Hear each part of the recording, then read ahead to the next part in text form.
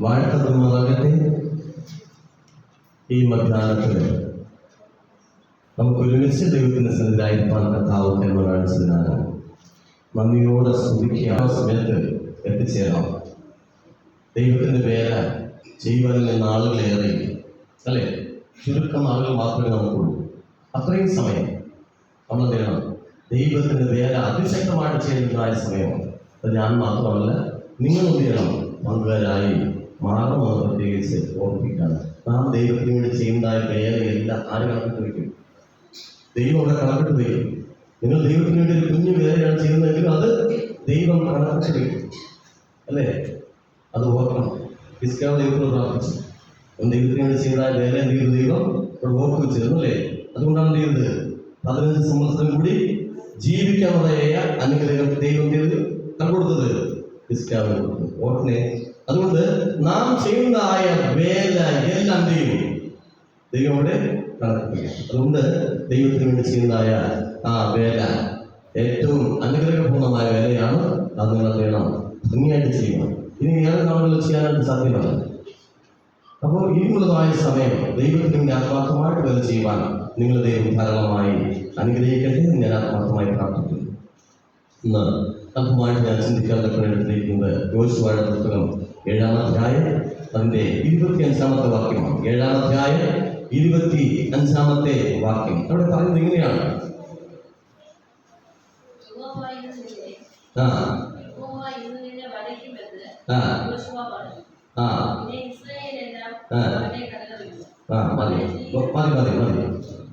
നീ ഞങ്ങളെ വലച്ചത് എന്തിനാ? ഇസ്രായേൽ ജനത്തെ ഒരാളെ ചെയ്തു വലച്ചു, അല്ലേ? വലച്ചു എന്നാണ്. എന്താ വലച്ചു എന്ന വാക്കർത്ഥം? വലച്ചു. നീ ഞങ്ങളെ വലച്ചത് എന്തിന് എന്നാണ് ചോദിച്ചിരിക്കുന്നത്. വലച്ചത് എന്തിന്? എന്താണ് വലച്ചത് എന്ന വാക്കർത്ഥം? ബുദ്ധിമുട്ടിക്കുക, അല്ലേ? ബുദ്ധിമുട്ടിക്കുക, കഷ്ടപ്പെടുത്തുക എന്നൊക്കെ അർത്ഥം വരും. അപ്പോ വലച്ചത് എന്ത്? ഇവിടെ ദൈവത്തിന്റെ വചനം പറയുന്നു. കുറേ ഭാഗങ്ങളിൽ ഇങ്ങനെ പറയുകയാണ്. എന്താണെന്ന് അറിയാമോ? കുറെ താഴ്വരകളെ കുറിച്ച് പറയുന്നു. താഴ്വര നമുക്കറിയാം, അല്ലേ? താഴ്വരയുടെ ഭംഗിയെ കുറിച്ച് നമുക്കറിയാം. മലയുടെ മുകളിൽ നിന്നിട്ട് നമ്മൾ താഴ്ചയിലേക്ക് നോക്കുമ്പോൾ, അല്ലെങ്കിൽ താഴ്വരയിലേക്ക് നോക്കുമ്പോൾ നമ്മുടെ കണ്ണിന് ആനന്ദകരമായ കാഴ്ച നമുക്ക് കാണുന്നത് വേണം സാധിക്കും. താഴ്വര എല്ലാവർക്കും എന്താണ് ഇഷ്ടമുള്ളതാണല്ലേ? താഴ്വര. നമ്മൾ കൊടൈക്കനാൽ ഭാഗത്ത് പോയി കഴിഞ്ഞാൽ അവിടെ നിന്നിട്ട് താഴ്വരയിലേക്ക് നോക്കുമ്പോൾ ഭയങ്കര രസമല്ലേ? അതുപോലെ വേദപുസ്തകത്തിനകത്ത് കുറെ താഴ്വരകളെ കുറിച്ച് പറയുന്നു. എന്തൊക്കെയാണെന്ന് അറിയാമോ? അർന്നോൻ താഴ്വര, പിന്നെ താഴ്വരയുണ്ട് ലെബനോൻ താഴ്വര, അയ്യലോൻ താഴ്വര, ഊരികൾ താഴ്വര, പിന്നെന്താ കണ്ണൂർ താഴ്വര, ബെൻഹിന്നോം താഴ്വര, പിന്നെ ഇസ്രായേൽ താഴ്വര. അങ്ങനെ വേദപുസ്തകം നമ്മൾ പരിശോധിക്കുമ്പോൾ അനേക താഴ്വരകളെ കുറിച്ച് നമുക്ക് പഠിക്കുവാനൊക്കെ നമുക്ക് സാധിക്കണം, അല്ലേ? കുറേ താഴ്വരകളെ കുറിച്ച്. ആ ഓരോ താഴ്വരയ്ക്കും ഓരോ പ്രത്യേകമായ കാര്യങ്ങളുണ്ട്. നമുക്കൊന്ന് പഠിക്കാനുള്ളതായ താഴ്വര എന്ന് പറയുന്നത് ആഹോർ താഴ്വര. എന്താണ് ആഹോർ താഴ്വര? എന്താണ് അതിന്റെ പ്രത്യേകത? ആഹോർ താഴ്വരയുടെ പ്രത്യേകത എന്താണെന്ന് നമ്മൾ മനസ്സിലാക്കുന്നതൊക്കെ നമ്മൾ പോവുകയാണ്. ഒത്തിരി താഴ്വരയെ കുറിച്ച് നമുക്കിവിടെ വേദപുസ്തകങ്ങൾ പരിശോധിക്കുമ്പോൾ പഠിക്കുവാനുണ്ട്. അത് യോശുവയുടെ പുസ്തകം നമ്മൾ പഠിക്കുമ്പോൾ അവിടെ നമുക്ക് കാണുവാൻ സാധിക്കുന്നത്, യോശുവയുടെ ആദ്യത്തെ പേര് എന്താണെന്നറിയോ? യോശുവയുടെ ആദ്യത്തെ പേര് ഹോശേയ എന്നാണ്. എന്താണ് ഹോശേയ? സംഖ്യാപുസ്തകം 13-8 വാക്യം വായിക്കുമ്പോൾ നമുക്കത് കാണുവാൻ സാധിക്കും. ആരെ? യോശുവയെ ഹോശേയ എന്ന് വിളിക്കുന്നത്. മോശ എന്ത് ചെയ്തു? ഈ പേരിനെ യഹോശുവ എന്ന് വിളിച്ചു. ആര്? മോശ. എന്ത് ചെയ്തു? അല്ലെങ്കിൽ യോശുവ എന്നാണ് അതിനെ പറയുന്നത്. യഹോശുവ യോശുവ അല്ലെങ്കിൽ യോശുവ എന്നാണ് പറയുന്നത്, അല്ലേ? എന്ന് അതിനെ ചെയ്തു ഒരു ഭേദം വരുത്തിയതിലും പറയുകയാണ്. യഹോവയാകുന്ന രക്ഷ എന്നർത്ഥം. അതിന്റെ അർത്ഥം എന്താണ്? യഹോവയാകുന്ന രക്ഷ, അല്ലെങ്കിൽ യോശുവയുടെ പേരിന്റെ അർത്ഥം രക്ഷ എന്നാണ്. എന്താണ് യോശുവ എന്ന പേരിന്റെ അർത്ഥമാണ്? രക്ഷ എന്നാണ്, അല്ലേ? അപ്പൊ ഗ്രീക്കില് യേശു എന്ന പേരിന്റെ എബ്രായ രൂപമാണ് എന്ന് പറയുന്നത് യോശുവ എന്ന് പറയുന്നത്. മനസ്സിലായോ? ഗ്രീക്കില് യേശു എന്ന പേരിന്റെ എബ്രായ രൂപമാണ് എന്ന് പറയുന്നത് യോശുവ എന്ന് പറയുന്നു. അപ്പൊ യോശുവ എന്ന് വാക്കാണ് രക്ഷ എന്നാണ്. അല്ലേ? മോശയുടെ മരണത്തിന് ശേഷം എന്തു സംഭവിച്ചു നമുക്ക് നോക്കാം.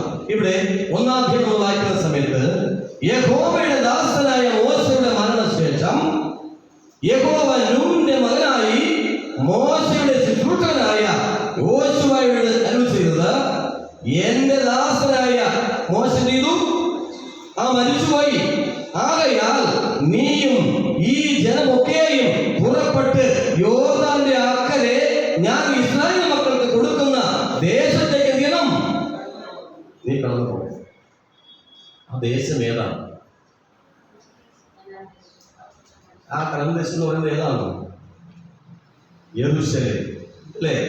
അപ്പോ നോക്കണം, ഇവിടെ പറയുന്നത് യോർദാന്റെ അക്കരെ.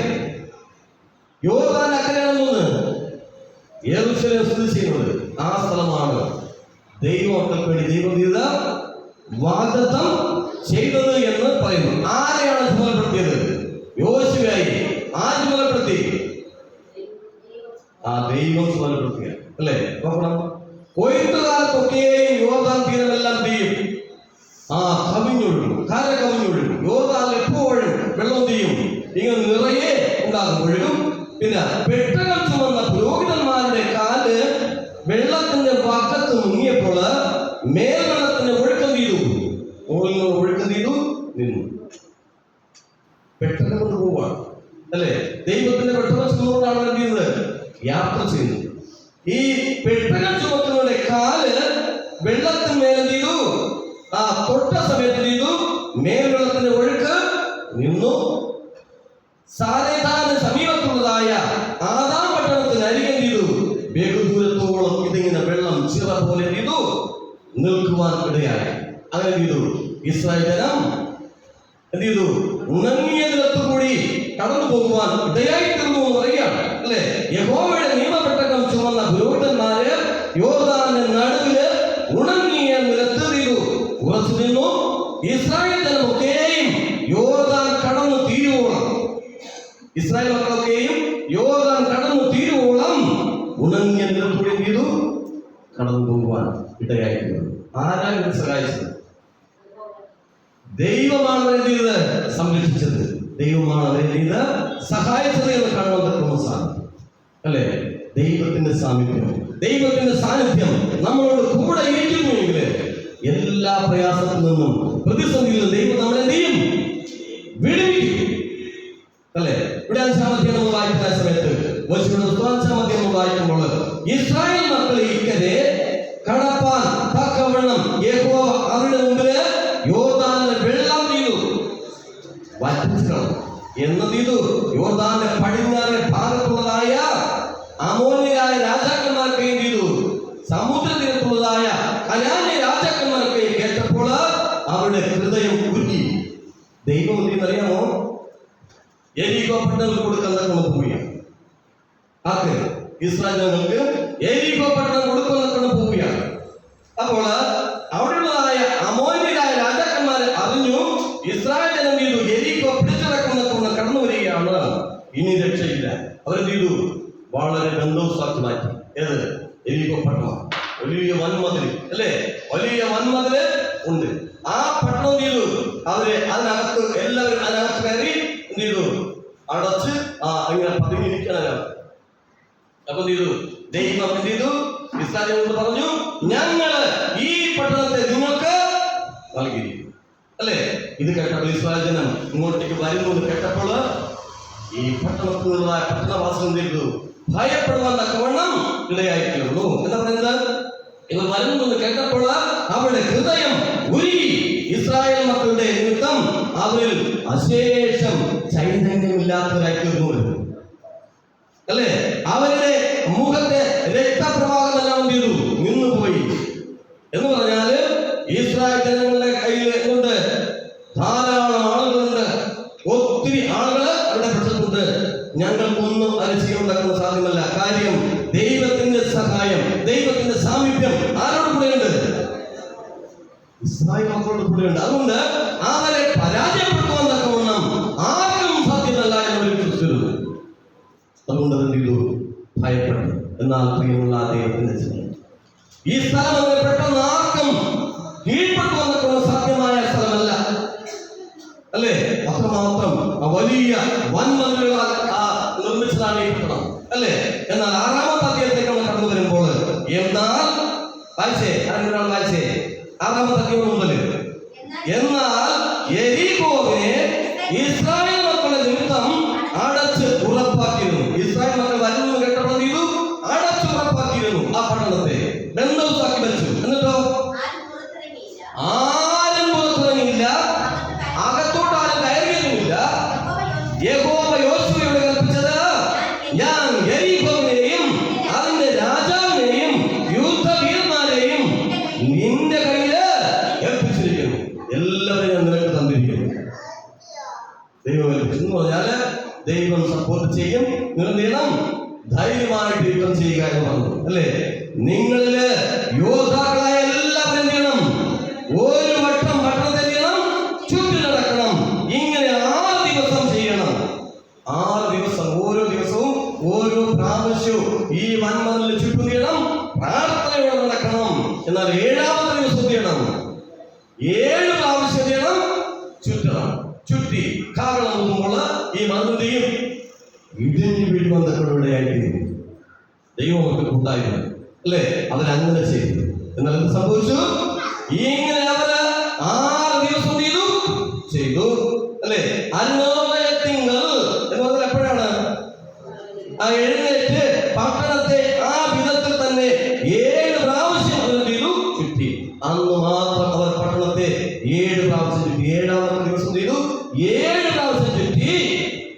എന്നാൽ 7-ാം പ്രാവശ്യം പുരോഹിതന്മാർ കാഹളം ഊതിയപ്പോൾ എന്ത് ചെയ്തു? യോശുവ ജനത്തോട് പറഞ്ഞു തന്നാല് ആർപ്പിടാമോ? എന്താണ് ആർപ്പിടാമത്? 7-ാമത്തെ ദിവസം അല്ലേ? അപ്പൊ ആർപ്പിടുവിൻ, യഹോവ പട്ടണം നിങ്ങൾക്ക് തന്നിരിക്കുന്നു എന്ന് പറഞ്ഞു. നോക്കണം അല്ലേ? ഈ പട്ടണം നോക്കുകയും യഹോവയ്ക്ക് ശബ്ദാർത്ഥമായിരുന്നു. എങ്കിലും രാഗാവ് എന്ന വേശ്യ നാം അയച്ച ദൂതന്മാരെ ചെയ്തു ഒളിപ്പിച്ചെന്നാല് അവളും അവളോട് കൂടെ വീട്ടിലുള്ള എല്ലാവരും ചെയ്യണം, അവരെ മാത്രം ചെയ്തു അല്ലേ? ഇവിടെയുള്ളതായ കാര്യങ്ങളൊക്കെ ശബ്ദാർത്ഥമാണ്. അത് ഒന്നും ആരെടുക്കാൻ പാടില്ല, ഇസ്രായേലിനെ എടുക്കാൻ പാടില്ല. ദൈവം നിഷ്കർഷിച്ച് പറഞ്ഞു, എടുക്കാൻ തക്കൊന്നും പാടില്ല എന്ന് പറഞ്ഞു. പക്ഷെ അവിടെ ആരെ മാത്രം നിങ്ങളൊന്നും ചെയ്യരുത്? രാഗാവെന്ന വേശ്യയെ ഒന്നും ചെയ്യരുത്. കാര്യം ഈ ഒത്തു നോക്കാൻ വേണ്ടി, ഈ സ്ഥലം ഒന്ന് നോക്കാൻ വേണ്ടി വിട്ടതായ ആൾക്കാർ ശ്രമിച്ചത് ആരായിരുന്നു? രാഗാവെന്ന സ്ത്രീയായിരുന്നു. ഇത് പറഞ്ഞു, എന്നാൽ നിങ്ങൾ ശപഥം ചെയ്തിരിക്കെ ശപഥത്തിൽ വല്ലതും എടുത്തിട്ട് ഇസ്രായേൽ പാളയത്തിന് ശാപവും അനർത്ഥവും വരുത്താതിരിക്കുന്നതിന് ശപഥാർത്ഥമായ വസ്തു ഒന്നും തൊടാതിരിക്കാൻ സൂക്ഷിച്ചോളൂ. ഒരു സാധനം, അവിടെയുള്ളതായ ഒരു സാധനം കൊണ്ടിരുന്ന് തൊടുവാനോ എടുത്തു വയ്ക്കുവാനോ നിങ്ങൾ ഇടയായി തീരരുത്. അങ്ങനെ ആകുമെങ്കിലും ശാപമായി മാറും അല്ലേ? അതുകൊണ്ട് നിങ്ങൾ ഒരിക്കലും അവിടെയുള്ളതായ വസ്തുക്കളൊന്നും എടുക്കരുത് എന്ന് ദൈവം പ്രത്യേകിച്ച് പറഞ്ഞിരുന്നു. 19-ാം വാക്യം വായിച്ചേ. വെള്ളിയും പൊന്നും ഒക്കെയും ചെമ്പും ഇരുമ്പും കൊണ്ടുള്ളതായ പാത്രങ്ങളും യഹോവയ്ക്ക് ദൈവത്തിന് വിശുദ്ധമാണ്. അവിടെയുള്ളതായ എല്ലാം ദൈവത്തിന് വിശുദ്ധമാണ്. അതുകൊണ്ട് അതൊന്നും നിങ്ങൾ എടുക്കാൻ തക്കണം പാടുള്ളതല്ല, ദൈവം പ്രത്യേകിച്ച് പറഞ്ഞിരുന്നു. എന്നാൽ യെരിഹോ പട്ടണം തകർന്നുള്ളപ്പോൾ ചെയ്തു, ദൈവത്തിന് വിപരീതമായിട്ട് ഒരാൾ ചെയ്തു, അവൻ ആവശ്യമുള്ളവർക്ക് മാറ്റുകയാണ്. ബാക്കി വായിച്ചാൽ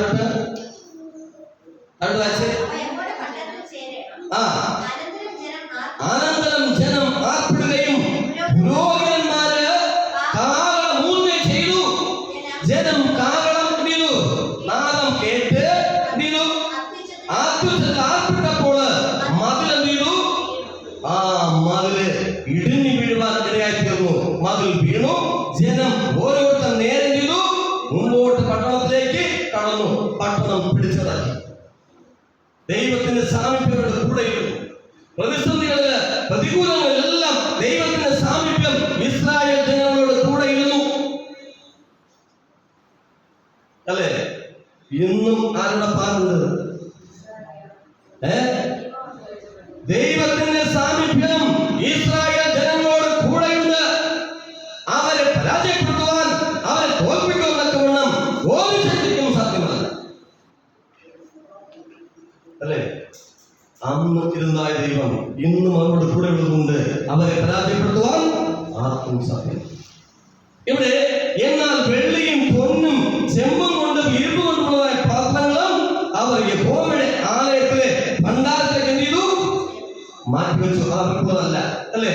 അതെല്ലാം ചെയ്തു ദൈവത്തിന്റെ ആവശ്യത്തിന് വേണ്ടി അവർ മാറ്റിവെച്ചു. എന്നിട്ടോ 26-ാമത്തെ വാക്യം വായിച്ചേ. ആ കാലത്ത് യോശുവ ഒരു ശബ്ദം ചെയ്തു. ഏത് കാലത്താണ്? ഈ പട്ടണം ഇടിഞ്ഞു വീണ സമയത്ത്, ഈ മതിൽ ഇടിഞ്ഞു വീണ സമയത്ത് അക്കാലത്ത് യോശുവ ശബ്ദം ചെയ്തു. എന്താ പറഞ്ഞത്?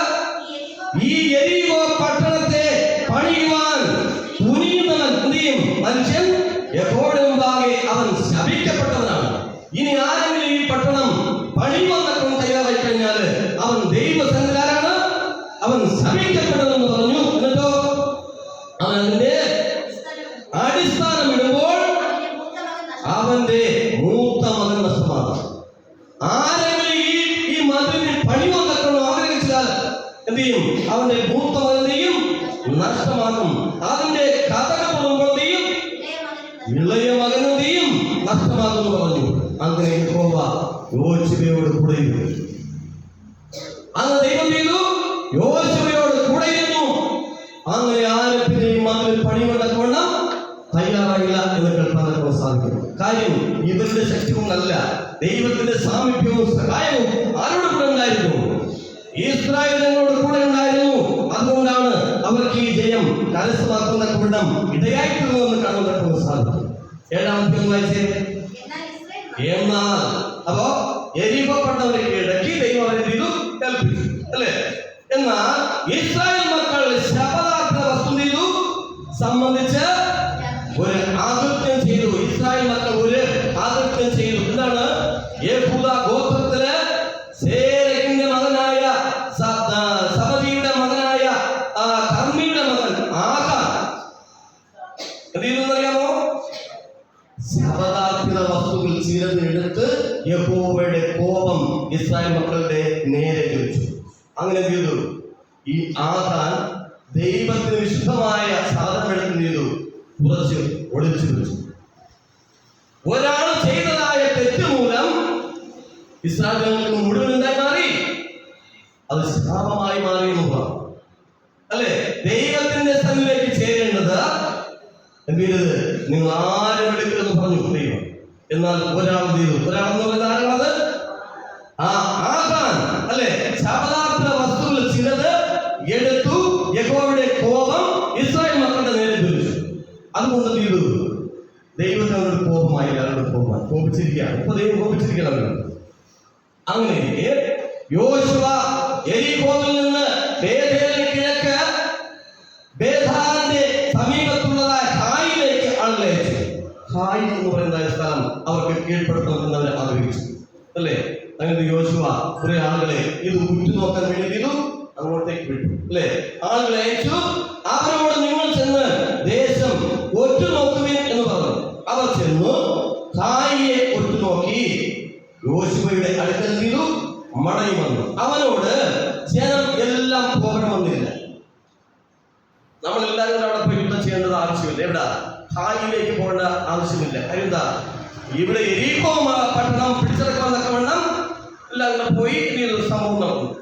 ഇനി ഹായിയെ പിടിച്ചെടുക്കാൻ പോകുമ്പോഴത്തേക്ക് നമ്മളെല്ലാവരും പോകേണ്ട കാര്യം ഇല്ല. ജയിച്ചത് എങ്ങനെയുള്ള കാര്യം മറന്നുപോയി. എങ്ങനെയാണ് ജയിച്ചത്? ദൈവത്തിന്റെ സാമീപ്യങ്ങളുടെ കൂടെ ഇരുന്നു എരികോ പട്ടം പിടിച്ചപ്പോൾ. എന്നാൽ ഹായി പിടിച്ചടക്കാൻ നക്കണം പോയപ്പോൾ ഒരു അഹങ്കാരം ഉണ്ടായി, അല്ലേ? അവരുടെ മനസ്സിനകത്തൊരു അഹങ്കാരം ഉണ്ടായി. അവിടെ കുഴപ്പമൊന്നുമില്ല, നമുക്ക് കുറച്ച് പേർക്ക് നീ എന്താ മതി, കുറച്ച് പേർക്ക് പോയാൽ മതി, നിസ്സാരമായിട്ട് എന്ത് ചെയ്യാം, ആ പട്ടണത്തെ നമുക്ക് പിടിച്ചെടുക്കാൻ പറ്റുന്ന ചിന്ത അവർക്ക് ഉണ്ടായി. അവർ ചെന്നു ഹായി ഒറ്റുനോക്കി ഓശയുടെ അടുത്ത് മടങ്ങി വന്നു. അവനോട് ജനം എല്ലാവരും ഓണമെന്നില്ല, ഹായിയെ ജയിച്ചടക്കുവാൻ 2000-ഓ 3000-ഓ പോയാല് തീരുമാനമെടുത്തു. ആ പട്ടണത്തെ പിടിച്ചടക്കുവാൻ കുറച്ചു പേര് പോയാൽ മതി. പക്ഷേ ആ ചിന്ത തെറ്റായി, അല്ലേ? സർവ്വജനത്തെയും അവിടേക്ക് അയച്ച് കഷ്ടപ്പെടുത്തേണ്ട അവർ ആൾ ചുരുക്കമത്രേ. അവിടെ കുറച്ചു പേരേ ഉള്ളൂ, ഹായിയില് കുറച്ചു പേരേ ഉള്ളൂ. അതുകൊണ്ട് ചെയ്യണ്ട, എല്ലാവരും കൂടെ പോയോണ്ട് എല്ലാവരും കഷ്ടപ്പെടുത്തേണ്ട കാര്യമില്ല, കുറച്ചു പേര് പോയാൽ മതി എന്നുള്ളതായ ഒരു തീരുമാനം ചെയ്തു. അവരെടുക്കുവാൻ ഇടയായി തീർന്നു. എന്നാൽ അവർ ഹായിപ്പെട്ടക്കാരുടെ മുമ്പിൽ നിന്ന് തോറ്റോടേണ്ടി വന്നു. കാര്യം എന്താ? ഒരു ശാപം കിടക്കുന്നവർ. എന്താണ്? ദൈവം എടുക്കരുത് എന്ന് പറയുന്നതായ വസ്തു ഒരാൾ എടുത്തു. അങ്ങനെ ഇസ്രായേൽ എന്ന പേര് ചെയ്തു, ശാപം കിടക്കുകയാണ്. അങ്ങനെ അവർ പോയി ഹായിയെ പിടിച്ചടക്കം പോയപ്പോൾ ഒരു പരാജിതരായി മടങ്ങേണ്ടി വന്നു. 10-30ഓളം ആൾക്കാർ ചെയ്തു ഹായി പട്ടണക്കാരെ കൊന്നൊടുക്കുവാൻ ഇടയായി തീർന്നു പറയുകയാണ്, അല്ലേ? 30ഓളം പേര് ചെയ്തു കൊന്നു. അവരെ പട്ടണവാസത്തിൽ ചെയ്തു തുടങ്ങി ശെബാരി മലയിൽ തുടർന്നു മലത്തിൽ വെച്ച് ചെയ്തു തോൽപ്പിച്ചു. അതുകൊണ്ട് ജനത്തിന്റെ ഹൃദയം ചെയ്തു ഉരുകി. കാര്യം ഞങ്ങൾക്ക് എങ്ങനെ പരാജയം വന്നു? അവരാലോചിക്കുകയാണ്, എങ്ങനെയാ പരാജയം വന്നത്? ദൈവത്തിന്റെ സാന്നിധ്യമില്ലാതെ കുറെ ആൾക്കാരെ വിട്ടറിയാൻ പറ്റും, ഹായിയെ പിടിച്ചടക്കാൻ സാധിക്കുന്നതെന്ന് ചെയ്തു വ്രത ചിന്തിച്ചു, അല്ലേ? ദൈവത്തിന്റെ സാമീപ്യം ഉണ്ടായിരുന്നത് കൊണ്ടാണ് അവർക്ക് ഏത് പട്ടണം പിടിച്ചെടുക്കാൻ സാധിച്ചത്? എരികോ പട്ടണം പിടിച്ചെടുക്കാൻ സാധിച്ചത്. എന്നാൽ ഇവിടെ ഒരു അഹങ്കാര ഭാവം ഉണ്ടായി. അഹങ്കാരം നമ്മൾ നോക്കണം. അഹങ്കാരം നമ്മളിലേക്ക് വരുമ്പോൾ നമ്മൾ എന്ത് ചെയ്യും? താഴ്ന്നു പോകും, അല്ലേ? അഹങ്കാര മനോഭാവം ഇതിൽ ഉണ്ടായപ്പോൾ പരാജയത്തിന് കാരണമായി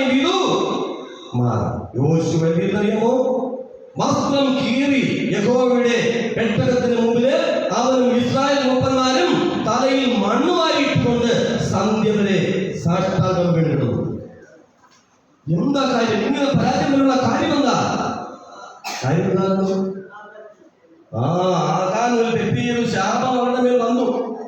ഇവരിനി മൊത്തം പേരും കൂടി പോയിരുന്നെങ്കിൽ എന്ത് ചെയ്തില്ലായിരുന്നു? ഹായിയെ പരാജയപ്പെടുത്താൻ പറ്റത്തില്ലായിരുന്നു. ആ ശാപം കിടക്കി, അല്ലേ? എന്താണ് ചെയ്തു? അയ്യോ കർത്താവായ യഹോവേ, ഞങ്ങളെ നശിപ്പിക്കാൻ ആ അമോര്യരുടെ കയ്യില് ഏൽപ്പിക്കണം. നീ ഈ ജനത്തെ യോർദാനക്കരെ കൊണ്ടുവന്നത് എന്ത്? ഞങ്ങൾ യോർദാനക്കരെ പാർത്തിരുന്നെങ്കിലും മതിയായിരുന്നു എന്ന് പറഞ്ഞു യോശുവ. ഞങ്ങളെ അമോര്യരെ കൊണ്ട് കൊല്ലിക്കാനാണ് നീ കൊണ്ടുവന്നത്. നമ്മൾ പരാജയപ്പെട്ടു പോയി, രക്ഷയില്ല, അവരോട് ജയിക്കാൻ നമുക്ക് കഴിയുന്നില്ല എന്ന് ചെയ്തു ദൈവത്തോട് പരാതി പറയുകയാണ്, അല്ലേ?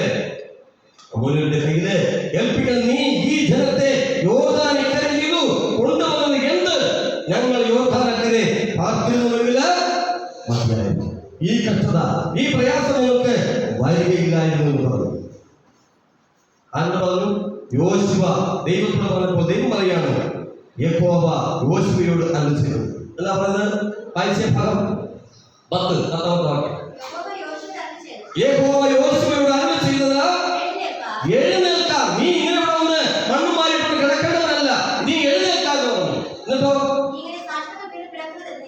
നീ ഇങ്ങനെ സാഷ്ടാംഗം വീണ് കിടക്കുന്നത് എന്തു കാര്യത്തിന്? എന്തിന്? ഇസ്രായേൽ എന്ത് ചെയ്തിരിക്കുന്നു? ഇത് ആരറിഞ്ഞില്ല, യോശുവ അറിഞ്ഞില്ല. ദൈവം പറയാണ്, ഇസ്രായേൽ പാപം ചെയ്തിരിക്കുന്നു. പിന്നെന്താ പറഞ്ഞിരിക്കുന്നത്?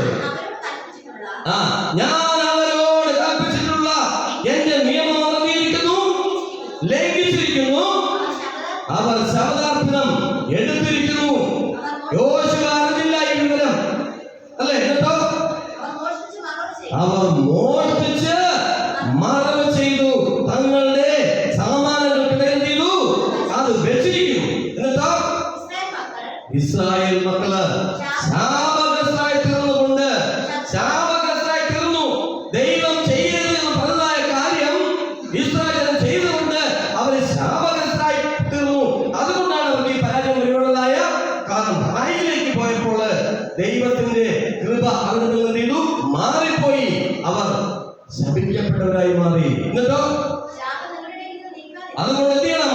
ശാപം നിങ്ങളുടെ ഇടയിൽ നിന്ന് നീക്കാതിരുന്നാൽ ഞാൻ നിങ്ങളോട് കൂടെ ഇരിക്കും. അപ്പൊ പ്രിയമുള്ള ദൈവത്തിന്റെ ജനമേ, ശാപം നമ്മുടെ മേൽ ഉണ്ടു എങ്കിൽ അത് ചെയ്യണം, നമ്മൾ പരിപൂർണമായി നീക്കിക്കളയണം. എല്ലാവരുടെ മേലും ഉണ്ടായിരിക്കും എന്തെങ്കിലുമൊക്കെ ശാപം. അതെല്ലാം ചെയ്യണം. ദൈവത്തിൽ നിന്ന് നമ്മൾ പരിപൂർണമായും നീക്കിക്കളയുന്നില്ല എങ്കിൽ ആ ശാപം മൂലം നമുക്ക് ജീവിതത്തിൽ വലിയ പരാജയം സംഭവിക്കും. അതുകൊണ്ട് ശാപം നമ്മുടെ ഇടയിൽ നിന്നും നീക്കിക്കളയണമെന്ന് ദൈവത്തിന്റെ വചനം പറയുന്നു. നീ എഴുന്നേറ്റ് ജനത്തെ ശുദ്ധീകരിച്ച് അവരോട് പറയുക, നാളത്തേക്ക് നിങ്ങളെ തന്നെ ശുദ്ധീകരിപ്പിൻ.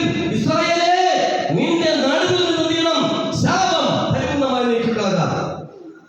യോശുവയോട് പറഞ്ഞു, നിങ്ങൾ ചെയ്തിരിക്കുന്ന തെറ്റെന്ന് നിങ്ങൾ മനസ്സിലാക്കി എന്ത് ചെയ്യണം?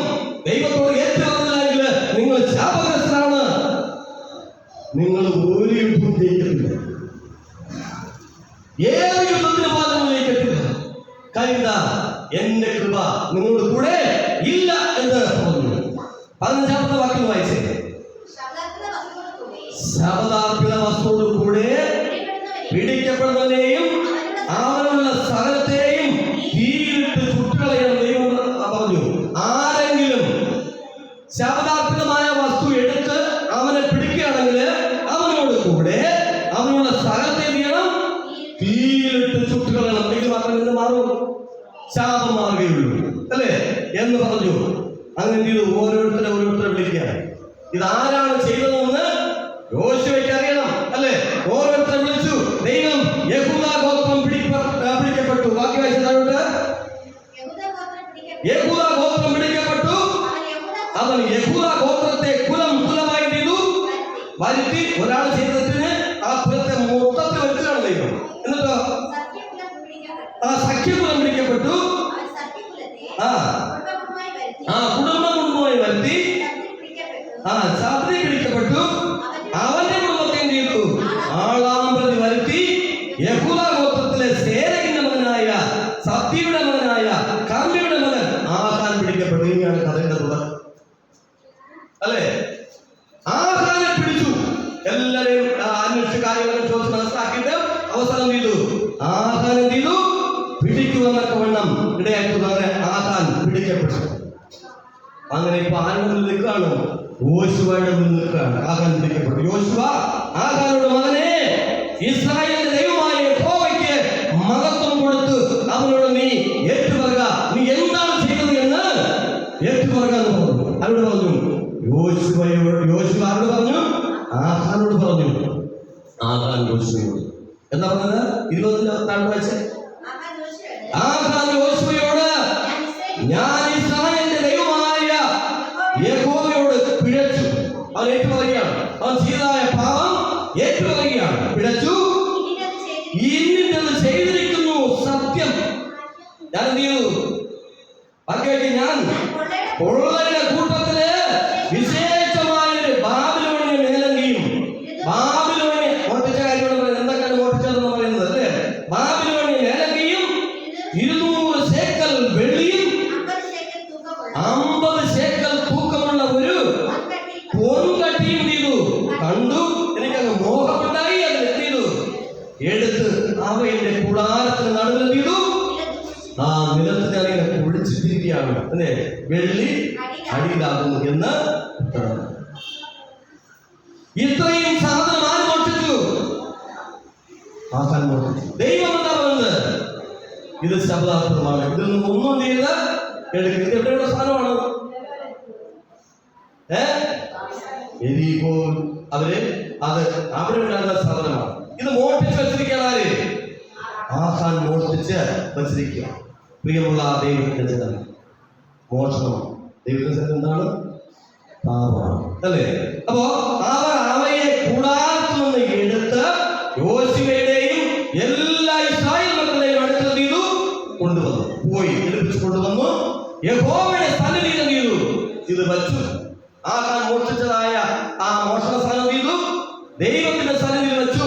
അപ്പോൾ യോശുവയും ഇസ്രായേലും കൂടെ സേരക്കിന്റെ പുത്രനായ ആഹാൻ ചെയ്തു അവന്റെ പുത്രന്മാർ പുത്രിമാർ അവന്റെ കാള കഴുത ആട് കൂടാരം ഇങ്ങനെ അവനുള്ള സകലവുമായി ആഗോർ താഴ്വരയിൽ കൊണ്ടുപോയി. ആഗോർ താഴ്വരയിലേക്ക് കൊണ്ടുപോയി. നമ്മുടെ വിഷയം ആഗോർ താഴ്വര. ആഗോർ താഴ്വരയിലേക്ക് കൊണ്ടുപോയി. എന്തിനു വേണ്ടി? ഈ താഴ്വരയുടെ മുഖ്യ എന്താണ്? ഇത് മരണത്തിന്റെ താഴ്വരയാണ്. എന്തിന്റെ താഴ്വര? മരണത്തിന്റെ താഴ്വര. ഈ താഴ്വരയിലേക്ക് ചെയ്തു ആഹാനെ കൊണ്ടുപോയി. ആഹാന മാത്രമല്ല, കുടുംബമായിട്ട് അവൻ ചെയ്ത തെറ്റിന്റെ ഫലമായിട്ട് ചെയ്തു ആ കുടുംബത്തിലുള്ളതായ മുഴുവൻ പേരും ചെയ്തു ശിക്ഷയ്ക്ക് അർഹനായി മാറുകയാണ്. അല്ലെ? ദൈവം ആരുടെ എന്ന് പറഞ്ഞിരിക്കുന്നതായ ഒരു കാര്യവും നമ്മൾ ചെയ്യുവാൻ തക്കവണ്ണം പാടുള്ളതല്ല. എന്നാൽ ദൈവം എന്ത് ചെയ്യും? ശിക്ഷിക്കും. ആഗോർ താഴ്വരയിലേക്ക് കൊണ്ടുപോയി. നീ ഞങ്ങളെ വലച്ചത് എന്തിന്? എന്ത് നീ ഞങ്ങളെ വലച്ചു എന്ന് ചോദിച്ചു. അല്ലെ? എന്നിട്ടോ യഹോവ ഇന്നും നിന്നെയും ചെയ്യും. നീ ഞങ്ങളെ വലച്ചതുകൊണ്ട് യഹോവ ഇന്ന് നിന്നെയും ചെയ്യും, വലയ്ക്കുമെന്ന് യോശുവ പറഞ്ഞു. പിന്നെ ഇസ്രായേലെല്ലാം അവൻ എന്തിനറിയാമോ? കല്ലെറിഞ്ഞ് കൊന്നു. അല്ലെ? അവരെ തീയിലിട്ട് ചുട്ടുകളയുകയും കല്ലെറിയുകയും ചെയ്തു. അവന്റെ മേൽ അവർ ചെയ്തു ഒരു വലിയ കൽക്കുന്ന് കൂട്ടി. അവൻ എറിഞ്ഞ കല്ലെന്ന് ചെയ്തു അതൊരു വലിയ കൽക്കുന്നായി ആ മാറി കൽക്കുന്ന് കൂട്ടി. അത് ഇന്ന് വരെ നിന്നും ഇങ്ങനെ യഹോവയുടെ ഉഗ്രകോപം മാറി. അതുകൊണ്ട് ആ സ്ഥലത്തിന് ആഗോർ താഴ്വര എന്ന് പേരാണ്. ആരെ കൊന്നതുകൊണ്ടാണ്? ആഹാരെ കൊന്നതുകൊണ്ട്. ദൈവത്തിന് വിശുദ്ധമായ വസ്തു മോഷ്ടിച്ചെടുത്തത് കൊണ്ട് ആഹാനെ ഇസ്രായേൽ മുഴുവൻ ചെയ്തു കല്ലെറിഞ്ഞ് കൊല്ലുവാൻ ഇടയാക്കിയിരുന്നു. ആ താഴ്വരയ്ക്കാണെന്ന് പറയുന്നത് ആഗോർ താഴ്വര എന്ന് പറയുന്നത്. പ്രിയമുള്ള ദൈവത്തിന്റെ ഏതെങ്കിലും ഒരു ശാപം നമ്മുടെ മുമ്പ് എങ്കിൽ അത് ദൈവത്തോട് ഏറ്റുപറഞ്ഞ് അനുഭവിച്ച് പശ്ചാത്തലച്ച് ഒരുക്കമുള്ളതായി മാറിയില്ല എങ്കിൽ നിങ്ങളും മരണത്തിന്റെ താഴ്വരയിലേക്ക് പോകേണ്ടി വരും. ദൈവം ന്യായം വിളിച്ച് മരണത്തിന്റെ താഴ്വരയിലേക്ക് നമ്മളെ കൊണ്ടുപോയി വരും. അവിടെ നമ്മെ രക്ഷിക്കാൻ തക്കവണ്ണം മറ്റാർക്കും സാധ്യമല്ല. അതുകൊണ്ട് ദൈവിക ശാപം ആരുടെയെങ്കിലും മേൽ ഉണ്ടുവെങ്കിൽ ആ ശാപം മാറിക്കിട്ടുന്നതിന് വേണ്ടി ദൈവത്തോട് ഏറ്റുപറഞ്ഞ് അനുഭവിച്ച് പശ്ചാത്തലിച്ച് കർത്താവായ യേശു ക്രിസ്തുവിനെ സ്വന്തം രക്ഷിതാവായി സ്വീകരിച്ചുകൊണ്ട് തുടർന്നുള്ളതായ നാളുകളിൽ ജീവിക്കാൻ തക്കവണ്ണം കർത്താവ് നിങ്ങളെല്ലാവരെയും സഹായിക്കുകയും അനുഗ്രഹിക്കുകയും ചെയ്യട്ടെ യഥാർത്ഥമായി പ്രാർത്ഥിച്ചുകൊണ്ട് ഞാൻ എളിയ പ്രബോധനം അവസാനിപ്പിക്കുന്നു. ദൈവം നിങ്ങളെ അനുഗ്രഹിക്കുമാറാകട്ടെ. ആമേൻ.